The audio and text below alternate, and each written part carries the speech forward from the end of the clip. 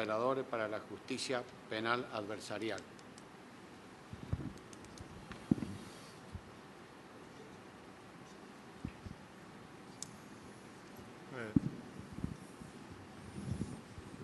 Qué difícil que es, ¿no? Yo le hacía un comentario previo, como que me animo a hacerlo acá también como para desformalizar un poco, porque la idea que teníamos con Alberto y Ángela era más tipo de debate, ¿no?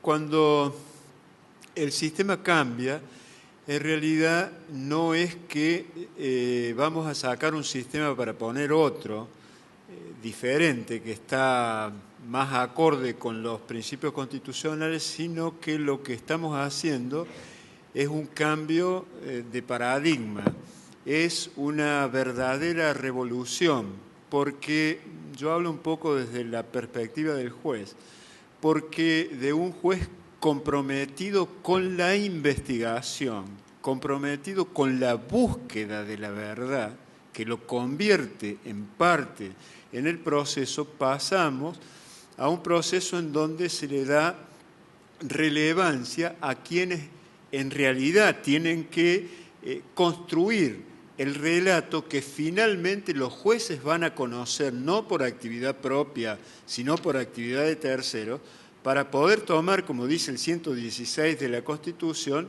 una decisión de penar o no. Entonces, cuando se trata de un cambio de paradigma, si uno tiene en cuenta que el proceso es un producto que está culturalmente condicionado, de lo que se trata en realidad es de un cambio de cultura. Y cuando se trata de un cambio de cultura, estamos frente a un desafío muy complejo, porque una ley, sorteado los vericuetos de los lobbies institucionales, se puede cambiar, y si tenemos mayoría se puede cambiar más rápido. Pero el problema es cuando hay que cambiar concepciones culturales, cuando de una matriz autoritaria tenemos que pasar a una matriz democrática. Consciente o inconscientemente nos cuesta mucho. Y yo veo en Córdoba, por ejemplo, en donde llevamos 20 años de este procedimiento adversarial, hay lugares y hay muchas cámaras en donde los jueces, además de preconocer, preguntan, no es que esté mal preguntar, es que está mal que el juez pregunte. Porque cuando el juez pregunta, está tratando de convencerse de una hipótesis, que puede ser la defensiva, que generalmente no es la defensiva, o que puede ser la de la acusación. Y en ese caso desaparece el tercero. Y si uno hace una panorámica o se imagina el escenario, lo va a ver de 2 contra 1, porque al frente desapareció el que tiene que ser neutral, el que tiene que dirigir y el que tiene que imponer las reglas del juego limpio para tomar parte. Entonces, me parece que es complejo, me parece que es difícil. Yo me animo a abordar la parte de los jueces, que es la que vivo, que es la que siento, y me parece que hay que asumir además un compromiso, y no es fácil, no es fácil. Ahora, ahí tengo una observación, porque yo he escrito también, he trabajado sobre el tema de la cultura, pero posiblemente sea de los pocos que acá que no es funcionario, digamos, judicial. También acá hay un problema, porque los cambios culturales se hacen en muy largo tiempo. Es decir, un poco da la idea de que cuando uno habla con los operadores judiciales y le dice, bueno, vamos a capacitarnos, no se trancan, no tienen ganas. Y después los problemas son culturales, con lo cual necesitamos 100 años. Y en el medio nos quedamos sin ninguna cuestión. Yo personalmente, y no lo digo de ninguna manera que pueda sonar ni más mínimamente agresiva, pero hoy me parece que hay una fuerte crisis de profesionalismo en los operadores judiciales. Es decir, pero más que compromiso, porque el problema es que un juez a esta altura, los valores éticos, el compromiso, si no se los enseñó su mamá y la escuela, no lo vamos a agarrar en la universidad y en las escuelas judiciales. Es decir, el problema ético ya llega todo el mundo bastante armadito a esta altura del partido, digamos. El punto es que hay una falta de profesionalidad. Hay una falta de profesionalidad. Y al mismo tiempo hay, me parece a mí, una fuerte desorientación en las escuelas judiciales. Las escuelas judiciales son academias de derecho que compiten con los posgrados. Los posgrados se han convertido en grandes sistemas de búsqueda de títulos. Existe hoy día, yo no sabía, que es el artículo spam, el artículo basura, que se hace también para los cosos, con razón, hay miles de cuestiones. Entonces, me parece que hay que tomar también un poco el toro por las astas acerca del sistema de capacitación judicial, digamos, que se está haciendo. Los jueces, ¿dónde aprenden a ser jueces? ¿Dónde aprenden a valorar la prueba? ¿Dónde aprenden a dictar una sentencia? Pero aprenden en el juicio después de matar unos cuantos, digamos. Se aprenden. Se aprenden. Es decir, no se está tomando nota de que las sentencias se están volviendo ilegibles. Hoy las sentencias de los principales tribunales, uno tiene que hacer una especie de reunión colectiva, de cooperativa, a ver si los votos y los argumentos llegan efectivamente a la solución que dice, o en el medio no hubo una especie de cambio en las mayorías. Todo con un lenguaje increíble, todos escribiendo páginas y páginas y páginas y páginas y páginas, y en el medio, ¿dónde se aprende a ser fiscal? ¿Dónde se aprende a ser juez? La abogacía, la defensa es más fácil porque, qué sé yo, en el fondo estamos trabajando con defensas negativas, no con defensas propositivas, y por lo tanto es criticar, pero cuando los defensores tienen que hacer defensas afirmativas, también hacen agua. Entonces, no sé, a mí me parece que hay un problema de fondo allí que no es cultural. No sé cómo llamarlo, que no es cultural, que no sé el nombre que tiene, pero que no, como colectivo, hoy día el Poder Judicial no se está tomando en serio su profesión.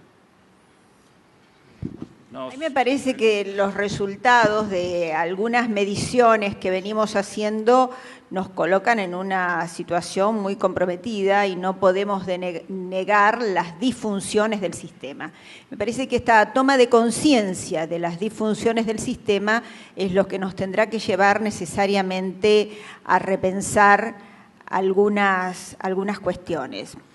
Yo he aprovechado, entre comillas, que mis relatores tienen menos trabajo este año en ayudarme con los votos porque estoy a cargo de la presidencia de la Cámara para emprender dos investigaciones, una sobre los casos y los indicadores que llevaron a las prescripciones de casi todas, como les puedo mostrar ahora, causas de estafas, defraudaciones, contrabandos, evasión impositiva, administración fraudulenta, incumplimiento de deberes de funcionario público, etcétera. Y por el otro lado, la medición de los indicadores en este tema siempre conflictivo de la prisión preventiva. Y cuando uno hace esta tarea y encuentra, por ejemplo, un tribunal oral que demora 9 años y 10 meses para fijar una audiencia de juicio, hay que empezar a averiguar por qué. Y a lo mejor, bueno, hubo problemas de integración, hubo problemas de concursos, pero pareciera que 9 años y 10 meses sin que el Estado haga nada es mucho tiempo. Les puedo dar la carátula. Y bueno, me parece que todos estos datos nos tienen que avergonzar. También, si bien no se ha publicado todavía y se están terminando de prolijar las mediciones, el INESIP este año ha realizado una medición, en realidad la realizó hace año y medio, pero este año recién se están procesando los datos, en orden a cómo se desarrolla el juicio oral. Y aquí aparecen muchas cosas, porque esta falta de adversarialidad, esta falta de asumir de los fiscales una hipótesis y defenderla, saber qué hechos se quieren probar y a través de qué medios se quieren probar, esta intromisión en el Código Federal que aparece como regla, que es que los fiscales de últimas están sujetos finalmente a lo que terminó investigando el juez, donde tienen serias limitaciones para llevar adelante la investigación, porque solamente lo pueden hacer en los casos en los que expresamente se los autorizó por ley o donde discrecionalmente los jueces los autorizaron, nos lleva a que arrastremos esta problemática al juicio. Y entonces terminamos con un juicio donde el 80% de los jueces nacionales, en los casos que han sido, en las audiencias que han sido relevadas, comienzan preguntando, antes de permitirle a las partes que desarrollen su estrategia del caso, interrogando a los testigos o a los peritos que hayan llevado al juicio oral. En casi todos los casos, por no decir en el 100%, el expediente está sobre el escritorio de los jueces, sobre el estrado. Quiere decir que los jueces están pendientes y consultan además. Se constató en el 75% de las audiencias relevadas que los jueces, durante la declaración de los testigos o las declaraciones de las partes o de los peritos, están consultando el expediente. En realidad, la tarea de los jueces empieza después. La tarea de los jueces empieza en un momento posterior, pero para todo esto nos tenemos que mentalizar acerca de qué es lo que significa realmente este modelo adversarial y cuál es el rol que nosotros debemos cumplir y cuál es el alcance de este juez imparcial que nos manda la Constitución Nacional. Y por otro lado, en estas faltas de estrategia, vemos también cómo en el Código Federal, y esta estructura la mantienen las provincias, aún las que han producido reformas, muchas de ellas, donde todavía la etapa intermedia está dividida y la mitad de la etapa intermedia se produce ya ante el tribunal de juicio y entonces viene la etapa de la denominada investigación o instrucción suplementaria, como en esta etapa, y aún habiéndose fijado audiencia de juicio, después de la fijación de audiencia de juicio y hasta el mismo día de la audiencia de juicio, aparecen soluciones alternativas. Se suspenden los juicios a prueba o se disponen o se acuerdan juicios abreviados. ¿Cuál fue la estrategia del caso? Era defender el caso ante el tribunal oral, era presentarle el caso al tribunal oral, producir la prueba ante el tribunal oral, discutir ante el tribunal oral para que el tribunal oral formara la convicción acerca del caso, o no sabíamos muy bien a dónde íbamos y a último momento cambiamos de orientación, cambiamos de rumbo. Cuando se publique esta encuesta la van a ver y realmente hay casos, hay ciertos números que son asombrosos. Fíjense, en un 48% de audiencias, fijadas se dejaron sin efecto precisamente porque se acordó suspensión de juicio a prueba o juicio abreviado. Y en un 70% de esos casos la decisión se realizó el día del juicio o una semana antes. ¿Cuál era la estrategia que tenían las partes para que lleguemos a estos resultados? Nosotros tomamos conciencia, me parece, de todas estas cuestiones. Desde ahí creo que estos trabajos de campo nos tienen que servir para algo. Creo que desde allí tenemos que repensar cómo hacemos el proceso. Estos últimos años y en esta última década venimos trabajando en la radicalización de la oralidad y la radicalización de la gestión en la reforma procesal. Y cuando nosotros hablamos de la oralidad en la investigación penal preparatoria, estamos hablando de un modelo adversarial donde el que presenta la hipótesis de investigación en la primera audiencia será el fiscal, donde la defensa tendrá que tratar de frustrar el avance de esa investigación o de producir prueba que permita destruir esa hipótesis. Y para esto necesitamos no solamente estar capacitados con cursos de litigación, que Debo confesarles que recién este año logramos que en la UBA haya un CPO, es decir, un curso orientado sobre litigación, porque no había ninguno. Entonces se estaban dando cursos de litigación en los colegios de abogados. En las provincias se había avanzado en muchas de ellas mucho más. Pero creo que no solamente pasa por esto de saber cómo tengo que preguntar, cómo tengo que investigar, y en ese sentido en este país todavía no tenemos muy claro quién investiga, y en el orden federal menos, entonces esto está muy confundido. Y aprender, esencialmente, darnos cuenta de cómo tenemos que trabajar para lograr los resultados deseados.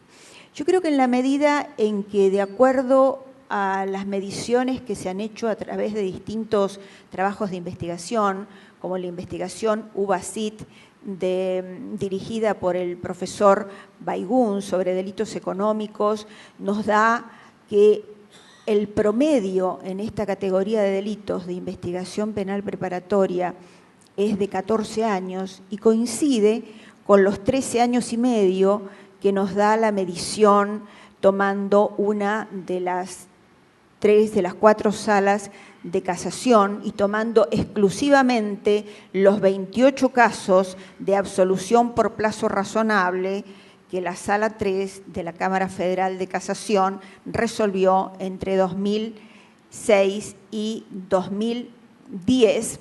Creo que estos datos son lo suficientemente elocuentes como para que repensemos qué es lo que estamos haciendo y hasta dónde nos sirvió esta concentración de la tarea en los jueces y esta falta del cumplimiento de su verdadero rol, de asunción de su verdadero rol, tanto de los ministerios públicos fiscales como de las propias defensas.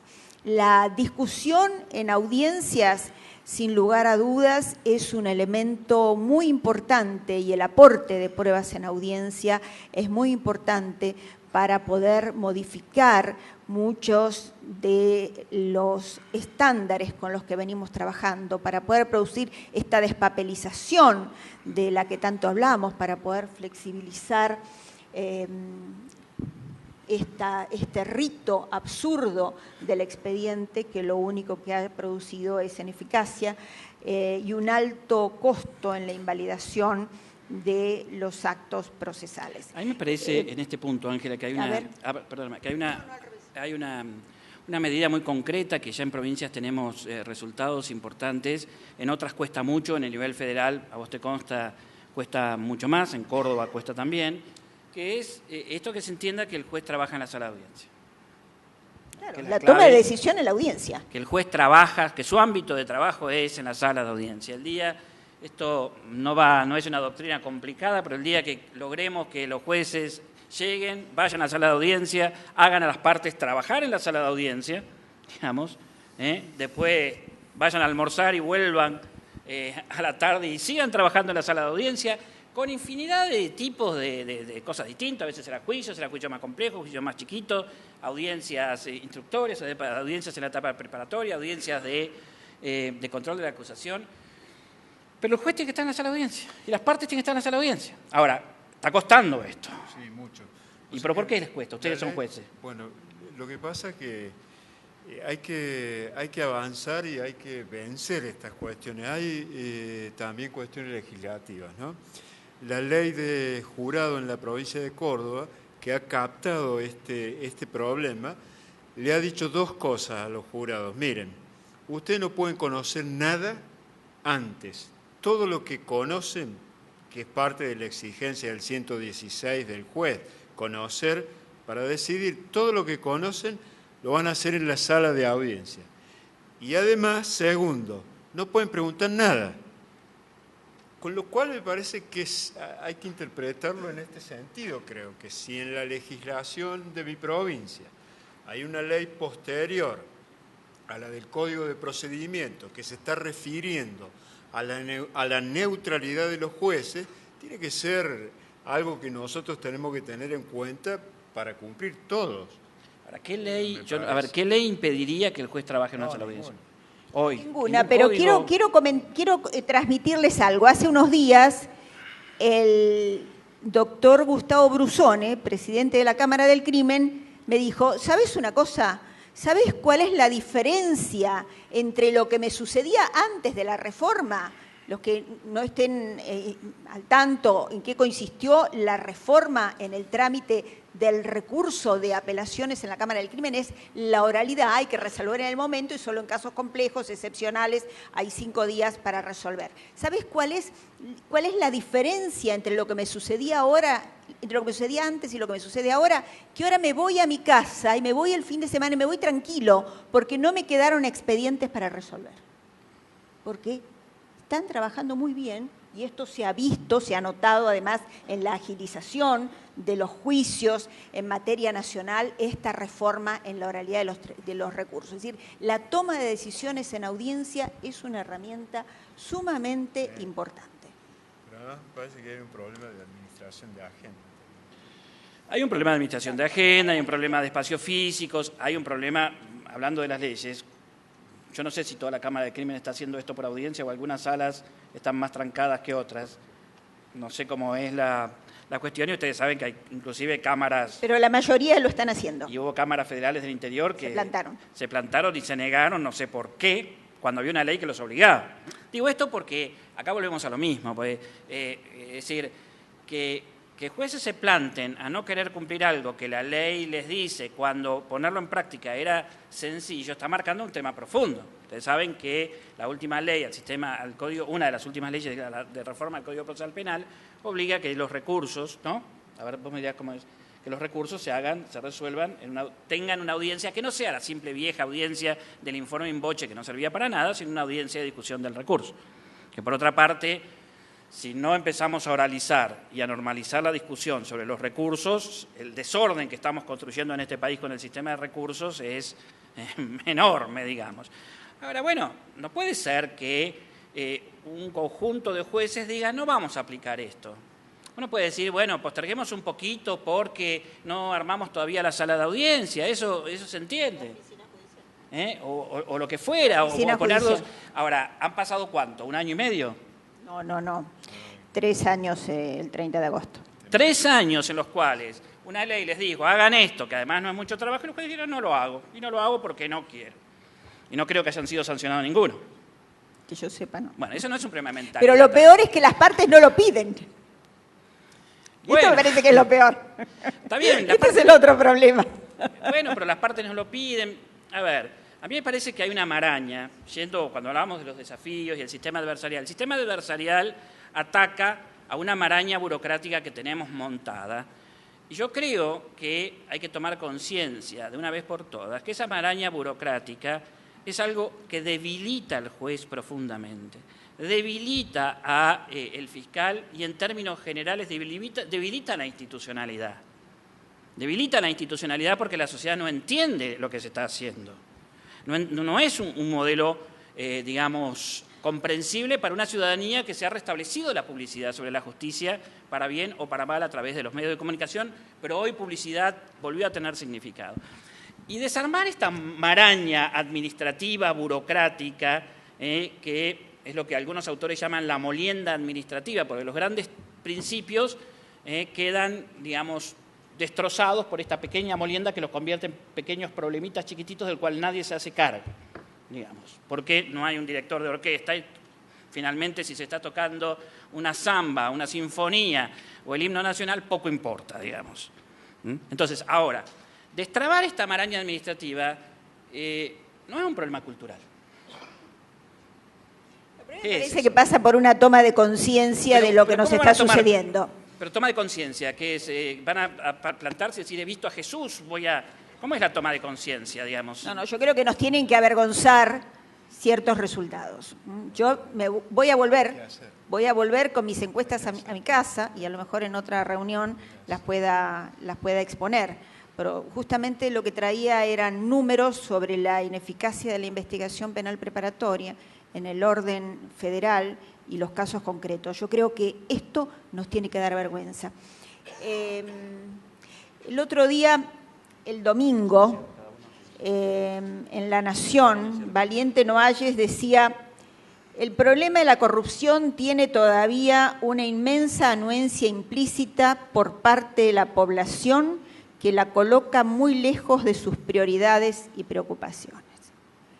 Creo que este problema que estamos viviendo en el orden federal, donde en 8 años que voy a cumplir en unos días en casación, no he visto una sola condena por corrupción, tiene que llamarnos la atención, porque los jueces no podemos formar parte de este sector de la sociedad que consiente implícitamente o que no prioriza o no se preocupa por esta falta de investigación de ciertos delitos, porque aquí lo único que se juzgan son las pequeñas causas. Lo único que estamos haciendo hoy es la flagrancia.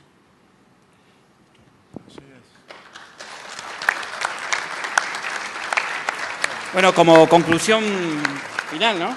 Ya se acaba. Bueno, conclusión final, yo creo que hoy día hay una tendencia que hay que ponerla en cuestión, a que todos los problemas de la justicia se tienden a ver como un problema de los medios de comunicación y de la población que tienen arranques fascistas o que manipulan, que pueden ser que existan o que estén, o un problema de los políticos que manipulan y no hacen. Y a mí me parece que independientemente de que existan estos dos problemas, el problema central, a mi juicio, hoy día, y el que podemos resolver, es que el sistema judicial argentino está atrapado por el aparato judicial burocrático administrativo y su ideología, que es el trámite, y este gran monstruo tiene atrapados a muy buenos recursos humanos. La Argentina no tiene un problema de recursos humanos, no tiene un problema de gente poco inteligente o poco preparada, más allá de que no sepa ejercer los oficios cuando se cambia a un determinado sistema. Pero esta especie de camisa de fuerza del aparato burocrático judicial y esta forma de compenetración que existe, porque cuando decimos toma de conciencia es salirse del aparato judicial, uno que es de afuera los ve a los que son de adentro y al poco tiempo todos están preocupados por temas que son temas del trámite burocrático y de las cosas, del nombramiento, y gente que uno sabe que tiene otro tipo de concepciones. Hoy no creo que haya un problema de ideología autoritaria en la justicia. Hoy la justicia está sometida por su propio aparato burocrático administrativo, que es el que permite luego el ejercicio de los hilos del poder mezquino. Y ese hilo del poder mezquino hace que la energía de mucho del Poder Judicial hoy está desgastada en tratar de hacer o evitar o sustraerse a las zancadillas administrativas antes de que pensar en el gran función del sistema judicial, del derecho, del control de la criminalidad en la sociedad argentina. Eso es lo que yo llamaría toma de conciencia. Comenzar a destrozar, a cambiar ese aparato judicial y su ideología. Bueno.